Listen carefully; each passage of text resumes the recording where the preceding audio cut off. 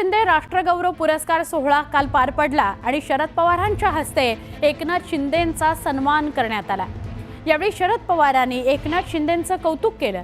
एकनाथ शिंदे यांच्या कार्याची इतिहास दखल घेईल। काही लोकांमुळे ठाण्याचं राजकारण चांगल्या पद्धतीने झालं, त्यात एकनाथ शिंदे मोठे वाटेकरी आहेत। नागरी प्रश्नांची जाण असलेला हा नेता आहे असं शरद पवार म्हणाले आणि त्यांनी शिंदेंचं कौतुक केलं।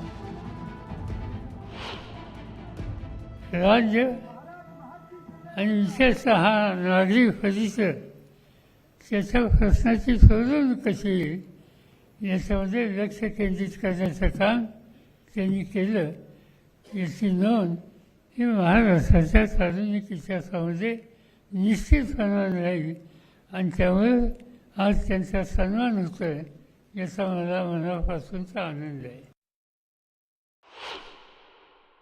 त्या ठाण्याच्या महानगरपालिकेमध्ये श्री सावराम शिंदेसाहेब होते, रांगणेकर होते, अहिल्याबाई होत्या का नाही मला आठवत नाही।